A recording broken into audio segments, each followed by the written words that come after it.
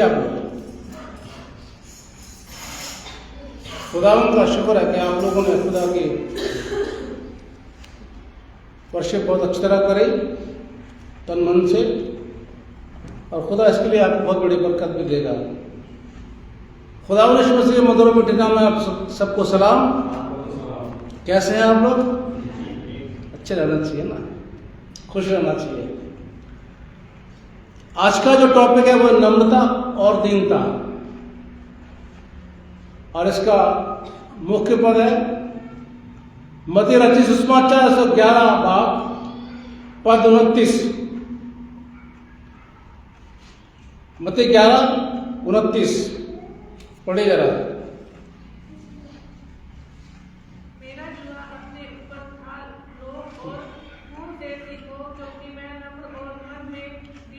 क्योंकि मैं नम्र और मन में दीन हूं, और तुम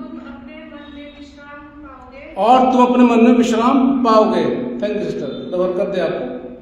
आइए दुआ मांगे। शुक्र करते हैं खुदावन आज के इस वक्त के लिए। अब इस समय हम आपका कलाम पर मनन करने जा रहे हैं, हमारी अगुवाई करना, हम पर रहम करना खुदावन, सबको बड़ी सामर्थ देना। खुदावन यीशु मसीह के नाम से मांगते हैं, आमीन। बाइबल के अंदर नम्रता और दीनता वैसे तो एक ही लेके चलते हैं, लेकिन कई बार बाइबल में शब्द अलग अलग कर दिए, नम्रता अलग कर दिए और दीनता अलग कर दिए। सब यीशु मसीह ने बोला, यीशु मसीह क्या कहते हैं, मैं नम्र और मन में दीन, यानी दोनों को अलग अलग कर दिया है।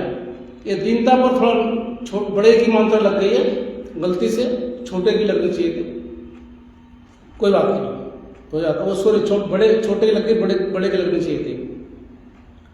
तो बाइबल में नम्र और दीन कई जगह वो अलग अलग कर दिया गया है। इसके बारे में आज हम सीखेंगे दो बातों पर। पहली बात, नम्रता, इसका मतलब होता है अपने आप को सही नजरों से देखना। सिंपल सी भाषा है, अपने आप को जांचना। पता क्या होता है, चाहे पास्टर हो चाहे कलीसिया हो, अपने आप को नहीं जांचता। मैं अकेले बोल रहा हूं आपसे, बिल्कुल चलता रहता लाइफ, बोलता रहता, बोलने तो कोई परवाह नहीं है। अपने आप को नहीं जांचते। हम कलीसिया से को प्रेशर डालते हैं। बहुत सी गलतियां पादरियों की होती हैं, बहुत सी गलतियां पादरियों की होती है कि सही चीज कलीसिया को नहीं बताते हैं। अगर सही चीज कलीसिया को बताई जाए कलाम से, कि भाई कलाम का सही मतलब यह है, तो कलीसिया रूहानी तरीके से आगे बढ़े। लेकिन अगर पास्टर सही तरीके से कलीसिया को नहीं बताता, तो रूहानी तरीके से बहुत सी कलीसिया आगे नहीं बढ़ती हैं। अपने फायदे की जो बात करता है तो नहीं बढ़ती हैं। तो सबसे बड़ी चीज यह है, अपने आप को सही नजरों से देखना। इसका मतलब पहले अपने आप को जांचना, आप कौन हैं, आप कैसे हैं, आप क्या करते हैं, उसके बाद में आप आगे बढ़ना। मैं जब सेमिनरी में था तो हमारे प्रोफेसर बहुत अच्छे थे, हमारे मित्र भी थे, उन्होंने बोला मेरे से कि भाई अब कंप्लीट हो गया तुम्हारा, अब तुम पुलपिट तुमको मिलेगी। मतलब जिस पास्टर के पास पुलपिट होती है हमारे मिशन के अनुसार, उसकी रिस्पेक्ट होती है, चाहे लोग कम हो, एक हो दो, कोई बात परवाह नहीं, लेकिन जिसका पुलपिट है, कलीसिया है, उसकी थोड़ा सा रिस्पेक्ट है कि हाँ वो अपना काम कर रहा है। और जिसका पुलपिट नहीं है, लोग ही नहीं है, तो कोई बात नहीं। इसलिए मैं परवाह नहीं करता, यहाँ पे 10 आते 12 आते कोई बात नहीं, क्योंकि पुलपिट मेरे पास है और लोग मेरे पास है। तो बता रहे थे कि तुमको पुलपिट मिल जाएगी, कोई भी चीज बोलते हो तो पहले अपने को जांचना। बोलने से पहले अपने को जांचना, सरमन तैयार करने से पहले अपने को देखना, उसके बाद में तुम लोगों को बताना। ये नम्रता का पहला स्टेप है, अपने आप को जांचना, देखना। बहुत से लोग अपने आप को नहीं जांचते, नहीं देखते, पर दूसरे पे उंगली उठाना शुरू कर देते, ये ऐसा है, ये ऐसा, ये ऐसा है। बहुत सी बातें ऐसी हो जाती हैं, यहां पर भी ऐसे होता है। पैसे वो तो आते नहीं है, पैसे वो तो आते नहीं है। अरे भाई वो नहीं आ रहे तो उनको छोड़ो ना, है? वो अपनी बरकत खो रहे हैं, आप अपनी बरकत पालो। अब कोई आए या ना आए उससे क्या फर्क पड़ता है, खुदा को देख के कोई फर्क नहीं पड़ता।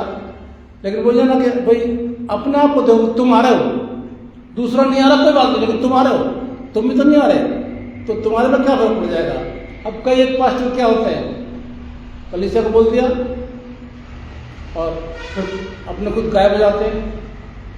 आपने देखा होगा इतने साल हो गए मुझे किसी भी त्योहार पर मैं गायब नहीं हुआ, जबकि मैं ऐश वेडनेसडे के यहाँ पर था, वहाँ से आना पड़ता मुझे, कोई बात नहीं, मेरा अपने भी काम है।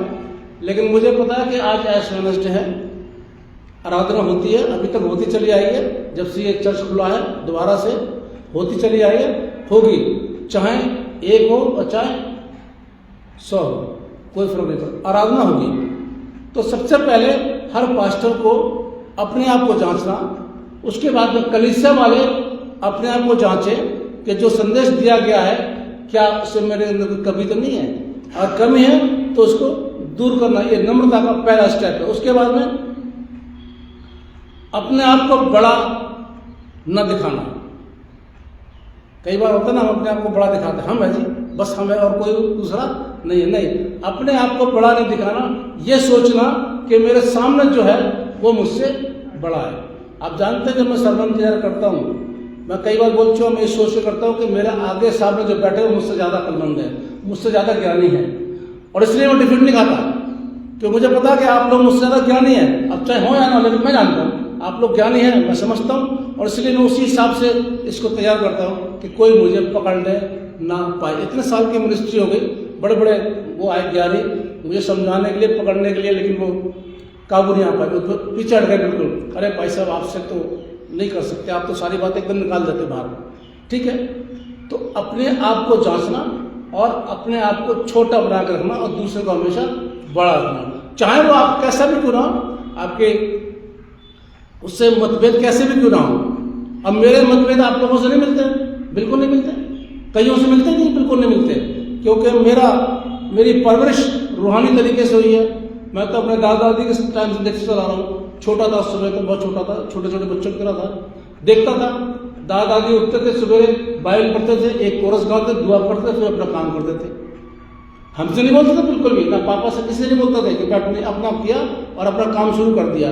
रात को खाना खाया, खाना खाने के बाद सो गए अपने कमरे में, तो दोनों जने बैठे दुआ करे, ये हम देखते चले आ रहे हैं। उसके बाद हमारे माता पिता माँ पापा ने ऐसा किया, वो हम देख रहे हैं, हमारी नजरों में हो रहा है कि बाइबल यहाँ पर रखी जाती है, ये बाइबल को पढ़ते हैं, ये गीत गाते हैं, और फिर ये लोग चर्च में जाते हैं हर संडे और बातें करते हैं, और हमसे भी कहते हैं। तो हमारी परवरिश जो है वो बड़ी रूहानी तरीके से हुई है, इसलिए बहुत सी बातें जो है आप लोगों से मेरा मेल नहीं खाता, और खा भी नहीं सके, क्योंकि बहुत फर्क हो जाता है। तो अपने आप, फिर भी मैं आप लोगों को अपने से ज़्यादा ज्ञानी समझता हूँ, बिल्कुल अपने ज़्यादा बड़ा समझता हूँ, होशियार समझता हूँ, और अपने से ज़्यादा अक्लमंद भी समझता हूँ। जो व्यक्ति अपने आप को कम और दूसरे को बड़ा समझेगा, वो नम्रता का तीसरा उसका स्टेप होगा। चौथी बात, इज्जत से, दूसरे से इज्जत से और मोहब्बत से बात करना। यहाँ तो बहुत ज़्यादा गड़बड़ थी, बहुत गड़बड़ थी शुरू में, तो बहुत गड़बड़ थी, अब तो बहुत कुछ सेट हो गया है, बहुत कुछ सेट हो गया। अब तो बहुत कुछ गड़बड़ थी, हो गई उसके पास ठीक ठाक। आपके सामने जो भी है, आपसे छोटा है, आपसे गरीब है, आपसे अमीर है, बड़ा है, कैसा भी क्यों ना है, उससे इज्जत से बात करनी है। ये भाई हट, ऐसे नहीं, क्योंकि आप मसीह के कुन में हैं। इसलिए नम्रता का ये हमारा स्टेप जरूर होना चाहिए कि इज्जत से बात करें और मोहब्बत से बात करें, एक दूसरे से मोहब्बत करें, एक दूसरे की इज्जत करें। कलीसिया वो उन्नति करती है बहुत ज़्यादा, जहाँ पर एक दूसरे की इज्जत है और एक दूसरे से मोहब्बत है। यहाँ पर ऐसा नहीं होता है, और भी कलीसिया में ऐसा नहीं होता है, अपने अपने में रहते हैं, पर नहीं, ऐसा नहीं होना चाहिए, ये नम्रता नहीं है। अपने से बड़ा हो, छोटा हो, अमीर हो, गरीब हो, इज्जत से बात कीजिए। मिलिए, चर्च खत्म हो जाता है, आप मिलिए, लोगों से मिलिए, हालचाल पूछिए, आप कैसे हैं, आप कहाँ से हैं। कोई नया मेंबर आता है, आप उससे पूछिए, हालचाल पूछिए, भैया आप ठीक हैं, आप कहाँ से आए, हम दुआ करेंगे आपके लिए। क्या फ़र्क पड़ता है, कोई फ़र्क पड़ता है। मिलचाल बोलचाल रखिए, मोहब्बत दिखाइए।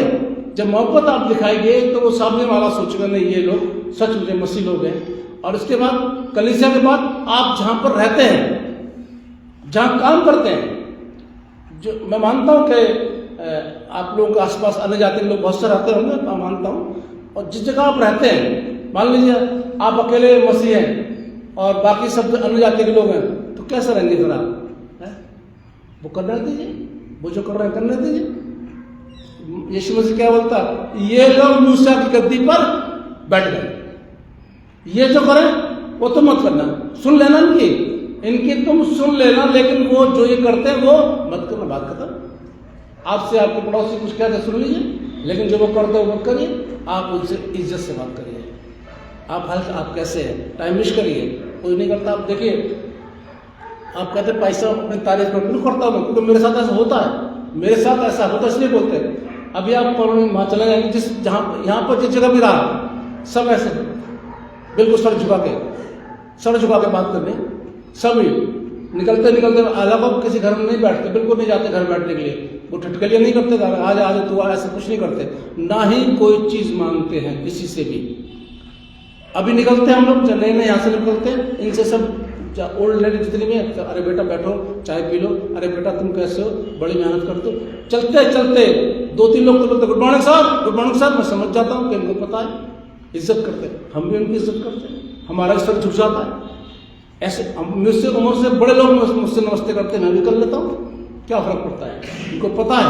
अब ये तो नहीं कि वो जो काम करे करने दीजिए, क्या फर्क पड़ता है, मुझे क्या फर्क पड़ता है, कुछ भी करने दीजिए। हमारा मकान मालिक अन्य जाति का है, वो अपने घर में सब कुछ करता है, लेकिन हमारी इज्जत करेगा, उठ जाएगा, रास्ता देगा, गेट खोल देगा, आइए सर आप आइए, आप पहले निकलिए। ये होता है, क्यों होता है ऐसा, क्यों होता है? क्योंकि आप उस इंसान की कदर कर रहे हैं, आप उस इंसान की इज्जत कर रहे हैं। वो टाइम वेस्ट कर रहा था, आप वापस उसका जवाब दे रहे हैं। कई लोग तो करते भी नहीं ऐसा, लेकिन करना चाहिए। नम्रता की बात बता रहा हूँ मैं आपको। गलातियों 5 निकालिए जरा, गलातियों 5 निकालिए, पढ़िए जरा, 13 पद पढ़िए अगर मिले तो, बड़ी बरकत मिलती है इस पद से मुझे भी। गलातियों 5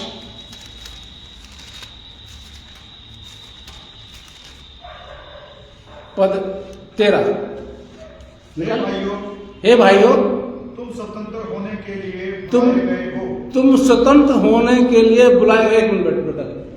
हे भाइयों, यहाँ पौलुस गलातियों कलीसिया को बोल रहा, हे भाइयों, हे लोगों, मेरी बात ध्यान से सुनो, तुम लोग आजाद होने के लिए बुलाए गए हो। आगे बढ़ो। परंतु ऐसा ना हो कि यह स्वतंत्रता शारीरिक कामों के लिए अवसर बने। परंतु ऐसा ना हो कि यह स्वतंत्रता शारीरिक कामों के लिए अवसर बने। आगे। वरन प्रेम से एक दूसरे के दास बनो। वरन प्रेम से एक दूसरे के दास का मतलब ये नहीं कि आप उस घर में झाड़ू पोछा करने चले गए। दास का ये मतलब नहीं होता है, क्योंकि हम लोग खुदा के दास है, हम लोग खुदा के दास है, सेवक है उसके। अब सेवक का मतलब ये नहीं कि खुदा हमसे वो काम करवा रहा है जो हम करना नहीं चाहते। खुदा अपना काम करवा रहा है हमसे, जो उसका काम है सुसमाचार का प्रचार वो करवाना मांग रहा है। वही दास का मतलब ये नहीं कि आप सोचोगे साहब तो नहीं। दास का मतलब डाउन होना, नम्र होना। दास का मतलब होता है नर्म होकर चलना, नर्म होकर उससे बात करना। अब आजाद कर दिया खुदा ने यीशु मसीह ने, हम लहू के द्वारा मुझको आपको सबको कर दिया। जितनों ने यीशु मसीह पर विश्वास किया वो धुल गए, वो गुनाह से धुल गए। अब क्या है, अब आजाद हो गए तो उसका मतलब क्या है? हम वही बुराइयां करें जो पहले करते थे, वैसे सब कुछ रहे? नहीं। अब हमें बदल करके एक दूसरे से मोहब्बत से बात करनी, अपने आप को दर्शाना है कि हम मसीह हैं और हम मोहब्बत से बात कर रहे हैं। आपका साथी किसी भी कास्ट का, किसी वर्ग का क्यों ना हो, अमीर हो गरीब हो, आपको इससे कोई फर्क नहीं पड़ता। आपका काम है कि आप उसकी रिस्पेक्ट दें और उससे मोहब्बत करें। आगे। राजा दाऊद, इस्राएल का इतना बड़ा राजा, परमेश्वर का चुना हुआ, परमेश्वर के मन के अनुसार, लेकिन वो भी हमेशा खुदा के साथ झुकता था, हमेशा खुदा की इबादत करता था। और मरते समय जब मरने वाला था तो उसने अपने बेटे को बहुत अच्छी बात बताई। निकालिए पहला राजा दूसरा भाग, निकालिए जरा पहला राजा दूसरा भाग।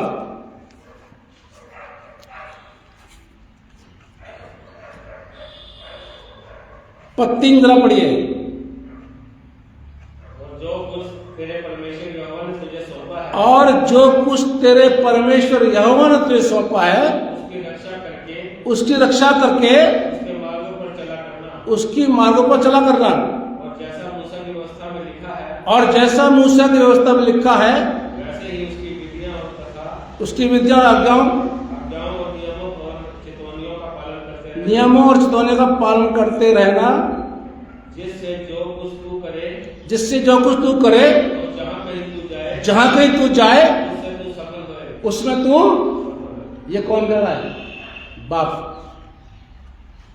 मरते लिखा ऊपर देख लो, अंतिम है उसका, दाऊद मरने वाला है, अपने बेटे सुलेमान को बुला रहा है और ताकीद दे रहा है। मुझे नहीं पता कितने पापा लोग अपने सुबह उठ कर अपने बच्चों से बोलते हैं, बिल्कुल होके बताओ ना आपको, सुबह उठ के अपने बच्चों से ये बोलते हैं कि बेटा अच्छा काम करना, झूठ मत बोलना और ईमानदारी से अपना काम करना, कोई गलत काम बिल्कुल मत करना। मुझे नहीं पता कितने बोलते हैं, लेकिन हमारे घर में सब बोला जाता था, हमारे घर में बोला जाता था। आप लोग बोलते हैं या नहीं बोलते हैं? दाऊद मरने से पहले अपने बेटे को समझा रहा, यह है नम्रता। इतना बड़ा राजा होने के बावजूद खुदा के सामने झुका हुआ है। तो मैं और आप क्या चीज है? झुकना, नम्र और नम्रता होना। दूसरी बात आती है, पहली बात है नम्रता, मैंने आपको बता दिया क्या क्या। दूसरी बात आती है दीनता। दीनता का मतलब होता है मन की कोमलता, आपका हृदय कोमल रहे। नित्य वचन 15:1 निकाले जरा, नित्य वचन 15:1, नित्य वचन 15:1।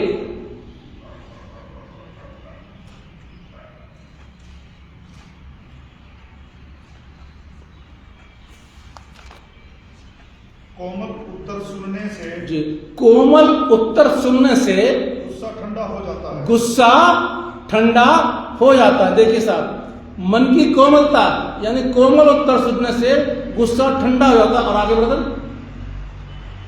परंतु कटु वचन से क्रोध भड़क उठता है। परंतु कटु वचन से, मैं देख लूंगा, मैं देखता हूं, चल चल चल चल, मैं देखता हूं, चल मैं देखता हूं, होता है यहां पर ऐसा, चल मैं देखता हूं, मैं देखता हूं। कटु वचन से आपका झगड़ा किसी से हो रहा है। ये मैंने एग्जाम्पल दिया, ये क्या होता है? मैं सोच ले, मैं ये क्या समझेंगे आप जी? थप्पड़ दिखा रहा, मार भी देगा मुझे, है ना, मार भी देगा, ठीक है। अब ऐसा हो रहा है, अब आपका भी बीपी थोड़ा बढ़ रहा है आगे, है ना, जब ऐसा हो रहा है। लेकिन बीपी बढ़ने से पहले अगर दूसरा हाथ आ गया ऐसे, तो क्या सोचेगा? अब इधर से ही मारेगा और उधर से ही मारेगा, तो बीपी और बढ़ेगा। अब धीमे धीमे ये दोनों हाथ ऐसे, तो क्या हो जाता सामने वाला? अरे कोई बात, ये तो बोलेगा ना, मामला खत्म, कोर्ट कचहरी की जरूरत नहीं पड़ी, वकील की जरूरत पड़ी, मामला खत्म हो गया। पर यहाँ ऐसा नहीं होता है। मसीहों को ऐसा करना चाहिए। सामने वाला अगर कुछ कह रहा है, मैं ये नहीं कह रहा हूं कि अगर आपकी गलती नहीं है तो आपको उसको ना डांटे, मैं ये नहीं कह रहा हूं, डांट दीजिए, मैं भी डांट देता हूँ रिक्शे वालों को, लोग ऑटो वालों को जब गलत बोलते हैं डांट देता हूँ। अब मैं ये नहीं कर, लेकिन हाँ कोशिश कीजिए कि कोमलता उस पर रखें। भाई आप ऐसा मत कीजिए, भाई आप ऐसा मत कीजिए। कोमल उत्तर सुनने से गुस्सा सामने वाले का ठंडा हो जाता है। लेकिन आप कटु वचन बोलेंगे, अब मुझसे बोले जाते कटु वचन, मुझसे गुस्सा आ जाता है, मैं क्या करूँ? जब आ जाता मैं बोलता हूँ। अब इंसान हूँ, पादरी तो हूँ, इंसान दोनों में। अब सामने वाला कटु वचन बोलता रहेगा, अकड़ता रहेगा, ऐंठ दिखाता रहेगा, फिर मैं कौन सा शांत बैठूंगा? ऐसा नहीं कि पादरी लोग नहीं बोलते। पादरियों को तो आपने शायद गुस्सा भी देखा नहीं, बहुत गुस्से वाले होते हैं पादरी लोग। जब वो देखते कलीसिया को कोई नुकसान कर रहा है, कलीसिया कोई बहका रहा है, कुछ ऐसा कर रहा है, तो फिर पादरी लोग उसके ऊपर एक्शन लेते हैं। तो दीनता का सबसे पहला क्या होता है? कोमल बनना, अपने मन को कोमल बनाना। दूसरी बात होती है रूहानी टूटन, यानी आत्मिकता में झुक जाना, अपने आप को तोड़ना, खुदा के सामने, वचन के सामने अपने आप को तोड़ना, झुकना अपने सामने। नहीं, खुदा तू है, मैं नहीं हूं, यीशु सिर्फ जो है वो तू है, मैं कुछ नहीं हूं। आज जो मैं बोल रहा हूं वो तेरी वजह से बोल रहा हूं, वरना मैं नहीं बोलता। तीसरी बात, खुदा पर पूरी तरह निर्भर रहना, पूरी तरह निर्भर रहिए आप। बाइबल क्या बताती है? अपनी सारी चिंता किस पर डाल दो, उसको तुम्हारी। फिर मेरी समझ नहीं आता, मुझे समाज के लोग क्यों टेंशन में रहते हैं, क्यों रहते हैं टेंशन में? ठीक है, आपका परिवार है, आपके बच्चे हैं, आपके अपने बच्चों को सेटल करना है, शादी ब्याह करनी है, उनको स्टैंड करना है, पढ़ाई करनी है, जो आगे ट्रेनिंग में जाना, बहुत सी बातें होती है, फाइनेंस को देखना है, अपने टाइम को देखना, बहुत सी बातें हो जाती हैं। वो टेंशन अलग होती है, परिवार की अलग टेंशन आपकी। वो तो आपको अपने बच्चों के टेंशन, आप जितना बच्चों के लिए करेंगे तो टेंशन बढ़ेगी आपकी, जितना कम करेंगे तो टेंशन कम रहेगी। लेकिन खुदा के लिए टेंशन नहीं होनी चाहिए, बिल्कुल खुदा के लिए कोई भी टेंशन नहीं। अरे अब क्या होगा, पादरी अभी देखना रोजे की दुआ कभी आए नहीं मेरे पास ना, एक ही का नाम आया, और पादरी साहब कहीं मेरा नाम ना लिख दे, अरे पादरी साहब आते नहीं लोग, इसी वजह से नहीं आते लोग, और पादरी साहब को पूछना, और पूरे हफ्ते टेंशन में। मैंने कब डाला था ये, फ्राइडे को डाला था शायद, हाँ। अब कल हम भी थे टेंशन, हम कोई बात नहीं करके बात खत्म हो गई, मुझे मना किया कुछ मत बोलना, पादरी साहब कहीं मेरा नाम ना लिख दे, अरे अरे अरे ये टेंशन नहीं होनी चाहिए बिल्कुल भी। और ये रहती है, यहाँ पर रहती है टेंशन, अरे अब क्या होगा, अब कैसे होगा, अब कैसे होगा। अभी मैं देखता हूँ हमारे जो पुराने चर्च में मैं था, वो डालते हैं अपने ग्रुप में, इन दिनों में 70-80 लोग बैठे हैं प्रेयर मीटिंग में एक घर के अंदर। 50 से कम तो घर होते नहीं, हमारे जिस चर्च का मेंबर मैं हूँ उसमें 50 लोग तो किसी प्रेयर मीटिंग में कम होते नहीं है, बिल्कुल 50 से ऊपर ही जाते हैं। कितना जोश दिखा रहे हैं, सब कर रहे हैं, नहीं रोजा है जी, नहीं रोजा है। आपको पता है रमजान और ये एक साथ पड़े 31 साल के बाद, पहला रोजा हमारा था और उनका भी था, उनके 30 है, हमारे 40 होते हैं, देख लीजिए आप, कम काफी हो रहा, बातचीत काफी हो रही है, बिल्कुल। और वो बता रहे थे उनके रोजे मैंने देखे हैं, उनके अंदर बड़े रूहानी होती है, बहुत सी बुराइयां छोड़ देते हैं, बहुत से गलत काम छोड़ देते हैं, बिल्कुल टाइमली जो भी उनका सवेरे का होता है खाने का, मुझे पता नहीं क्या 2 शब्द उनका इस्तेमाल करते हैं, टाइमली अपना करते हैं और टाइमली अपने रोजे को खत्म करते हैं। ये होता है रूहानी टूटन और खुदा पर निर्भर होना। आपने रोजा रखा है, कोई बात नहीं, खुदा पर निर्भर रहिए, बिल्कुल। आपने जब रोजा रख लिया है तो पूरी तरह खुदा पर निर्भर रहिए। आप कोई काम कर रहे हैं तो आप पूरी तरह खुदा पर निर्भर रहिए। कलीसिया वाले क्या सोचते हैं, पादरी कलीसिया पर निर्भर है, बिल्कुल नहीं रहता। और मैं तो वैसे नहीं रहता, मैं तो वैसे भी नहीं रहता, क्योंकि मेरी सैलरी तो चर्च से मिलती नहीं है मुझे, बिल्कुल यहाँ से तो कुछ नहीं मिलता, तो मैं तो निर्भर रहता नहीं हूँ। मैं हर काम के लिए अभी आगे काम करूँ, अभी यहाँ पर काम होंगे, बहुत से काम होंगे, यहाँ पर कमेटी बदलिए, धीमे धीमे शुरू हो रहा है, हर जगह 3-4 जगह से शुरुआत होनी शुरू हो गई है, यहाँ पर भी नंबर आएगा। और वो मुझे नहीं पता कि रहूँगा नहीं रहूँगा तो अलग बात है, लेकिन हम हर बात के लिए खुदा पर निर्भर रहते हैं। खुदा ये तेरा काम है, खुदा ये रविवार है, संडे है, खुदा पुलपिट पे मुझे खड़े होना है, खुदा मुझे सरमन देना है, खुदा मुझे शेड्यूल बनाना है, खुदा मुझे लैंड डेज में जाना है, हर चीज़ के लिए खुदा पर निर्भर है। और तब मेरा चीज़ पवित्र आत्मा हमारी अगुवाई करता है, ये करो, ऐसा करो, ये करो, ऐसा करो, अगुवाई करता है। अभी मैं बता रहा था ना आपको कि या तो वो मोपेड का है मेरे पास, ठीक है ना, बाइक तो मना कर दी थी, बच्चों तो समझती नहीं मेरे से, एक मोपेड भी आ रही थी, तो 70-71 हज़ार के आसपास है वो। फिर बाद में मैंने अपना बजट देखा, मैंने कहा तो बड़ी महंगी पड़ेगी भाई। फिर एक इलेक्ट्रिक वाली आ रही थी, वो कम की थी, मैंने कहा इसकी बिजली का बिल ज़्यादा जाएगा। फिर हमने खुदा से बात करी, क्योंकि हमारे पास अपना, मेरे जितनी चादर होती है ना मैं उतना पैर फैलाता हूँ। ये नहीं मेरे पास पैसे कम होना, कर्जा ले लेकर अपना भर लूना, ऐसा कुछ करता जी, बिल्कुल। जितना मेरा बजट है उसके हिसाब से अपनी प्लानिंग को आगे बढ़ाता हूँ। वही मैंने अपने बच्चों को एजुकेशन दी, जितना मेरा बजट था। मैं कॉन्वेंट स्कूल में, प्राइवेट स्कूल में बच्चों को नहीं पढ़ा सकता था, मैं नहीं पढ़ाया, क्योंकि मेरे पास पैसा नहीं था। कोई लंबी ट्रेनिंग नहीं दिलाई, क्योंकि मेरे पास इतना पैसा नहीं था। हाँ, मैंने मिशन के स्कूल में पढ़ाया, मेथोडिस्ट के चर्च के स्कूल में पढ़े सब बच्चे, आगे बढ़े कुछ, फिर उसके बाद उन्होंने सरकारी स्कूल पढ़े। तो जितना मेरे पास होता है उतना मैं करता हूँ। मैंने कहा इतना, इन्होंने बोला इतना बजट आपके पास नहीं है, आगे भी देखना। मैंने कहा ठीक है। फिर हम आ गए तीसरी बार साइकिल पर, क्योंकि बोला था कि इसको आपकी नसें खींचनी चाहिए, कोई ऐसी वर्जिश आप कीजिए, और साइकिल सबसे अच्छी रहती है। उनके दोनों के लिए मना करते हैं डॉक्टर के, नहीं ये मत करिए, इसमें तो बैठ के आराम चलेंगे, आपका पेट और भारी बुलाएगा, क्या करें, कुछ नहीं करेंगे इसके अंदर। वैसे सेल्फ स्टार्ट हो रही है, बस चल देंगे आप ऐसे लीजिए कि ताकि आपकी नसें जो है ना वर्जिश हो। और फिर हमने वो एक साइकिल ली, वो इन्होंने डाल भी दिया था वो। तो मुझसे पार्टी मांगी गई नेक्स्ट वेडनेसडे को। एक बच्चा यहाँ पर बोलता, वो तो साहब क्या बोला था, पार्टी दो पार्टी। चलो पार्टी भी करेंगे कोई बात नहीं, पर चलाना सीख जाओ फिर पार्टी कर लेंगे, कोई बात नहीं। तो मैंने खुदा पर छोड़ा, मैंने खुदा अब तू बता मुझे लूँ या नहीं लूँ। ये अपना अलग करते हैं, मैं अपना अलग करता हूँ। मैं ये नहीं कह रहा हूँ कि दर्शन दे दिए खुदा ने, यीशु मसीह हाँ बेटा चाहता, ऐसा कुछ नहीं मेरे साथ होता। अंदर से अगुवाई होती है कि जितना तुम्हारा बजट है उसके हिसाब से तुम काम करो। तो मेरे हाथ में का बजट वो ज़्यादा महंगी भी नहीं है, वो 2-3 ले सकता हूँ आराम से, ऐसी बात नहीं है, वो ले लिए। मैं खुदा पर निर्भर होता हूँ हर चीज़ के लिए, बच्चों की शादी ब्याह के लिए, बच्चों की हर चीज़ के लिए खुदा पर निर्भर। यहाँ कलीसिया में काम करने के लिए उस पर निर्भर, क्योंकि खुदा क्या बोलता है, तू अपनी समझ का सहारा मत ले। और जो मसीह अपनी समझ का सहारा नहीं लेता, खुदा पर निर्भर होता है, मेरा अजीजों को कभी डिफीट नहीं खाता, कभी नहीं खाता वो डिफीट। ना उससे कुछ गलत काम होता है, ना वो कर्जे में जाता है, कुछ नहीं जाता, बिल्कुल स्मूथली जाता है। और खुदा की मर्जी है आपको आगे बढ़ाएगा, खुदा की मर्जी नहीं है तो आपको आगे नहीं बढ़ाएगा। खुदा की मर्जी है तो आपको वो चीज़ देगा, खुदा की मर्जी नहीं तो वो आपको चीज़ नहीं देगा। पूरी तरह खुदा पर निर्भर रहिए। उसके बाद यीशु मसीह ने भी कहा, निकाले मत्ती 11:29,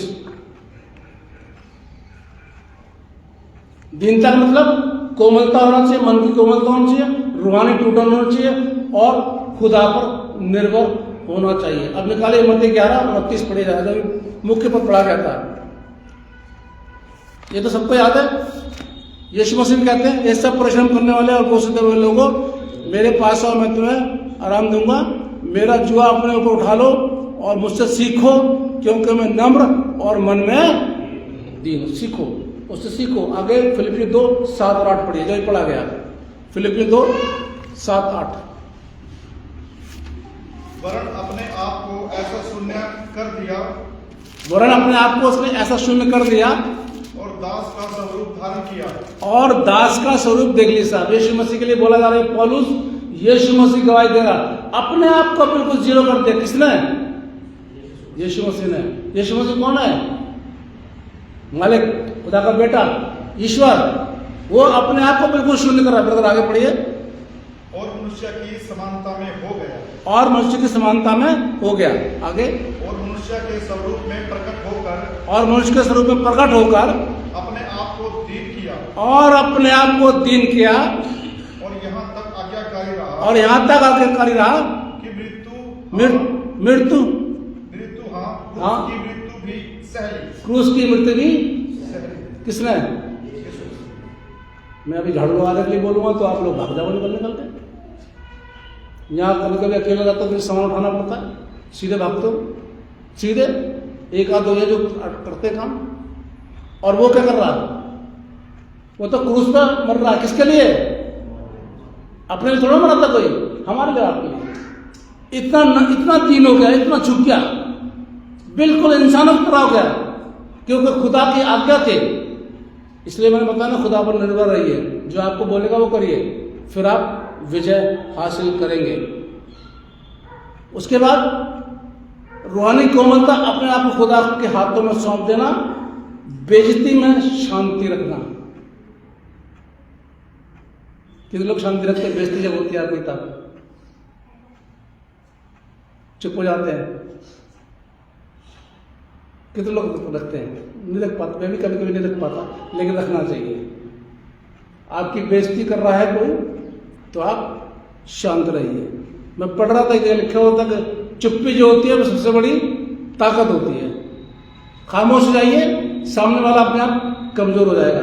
तो बेइज्जती में शांति बनाकर रखना और अपना बदला किसी से कभी न ले। लिखा है रोमियो 12:19, रोमियो 12:19 जी। बदला ना लेना, परंतु खुदा के क्रोध को अवसर दो, क्योंकि लिखा है बदला लेना मेरा काम है। प्रभु कहता है मैं ही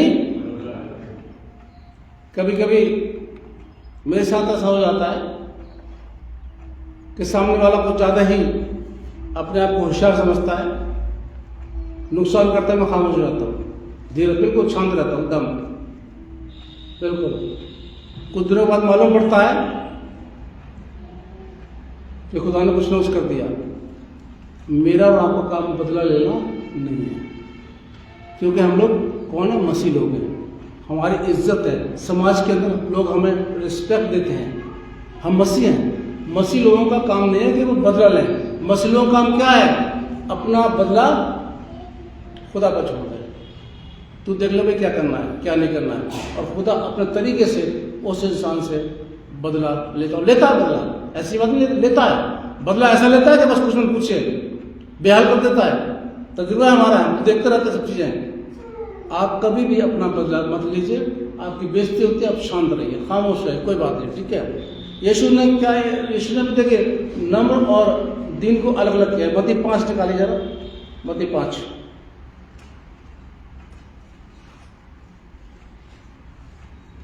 मत्ती 5 का जरा 3 पद पढ़िएगा। धन्य है जो मन के दीन है। देखिए धन्य है जो मन के दीन, ठीक है, दीन ला के अब पढ़िए 5 पद। धन्य है जो नम्र है। धन्य है जो नम्र है, यानी तीसरे पद में लिखा दीन है और 5वें पद में लिखा नम्र है। तो नम्रता और दीनता दोनों को अगर आप मिलाएंगे तो दोनों की बातें जो आज बताई गई हैं हमारे ऊपर बड़ी पावर लाई गई है, हम एकदम रूहानी तरीके से आगे बढ़ते चले जाएंगे। और आप देखिए आपकी जिंदगी के अंदर, आपके परिवार के अंदर अगर कोई कष्ट तो आते हैं तो बीमारियां आएंगी, सब चीज आएंगी, लेकिन आपको महसूस नहीं होगा, बिल्कुल नहीं होगा, आप रास्ता निकल आएगा, अपने आप निकल आएगा रास्ता। कब? जब आप नम्र और दीन होंगे। इसलिए नम्रता में, अब सुनिए, नम्रता जो होती है एक चीज और रह गई कि नम्रता मैं बड़ा नहीं, जो नम्र व्यक्ति होता है वो अपने आप को मैं बड़ा नहीं बल्कि खुदा बड़ा, सबसे बड़ी चीज, मैं कुछ भी नहीं बल्कि सब कुछ खुदा है। दीनता में मैं अपनी ताकत, अपनी बातें खुदा को सौंपता हूँ, अपने आप को खुदा को सौंपता हूँ। ये होता है नम्र और दीन व्यक्ति की पहचान। इसलिए जिसकी कान है वो सुन ले, खुदा कलाम मुझसे से क्या कहता है। यीशु ने कहा मुझसे सीखो, मैं मन में नम्र और दीन हूँ। खुदा आप सबको बहुत बड़ी बरकत दे। आइए दुआ मांगे। खुदा में आपका शुक्रिया अदा करते हैं आज के कलाम के लिए जो आपने हमको दिया। हम चाहते बड़े, लेकिन हमारी मर्जी नहीं बल्कि आपकी मर्जी पूरी हो। और जितने आज कलाम सुना उनको सब बरकत देना। खुदा यीशु मसीह के नाम से मांगते हैं, आमीन।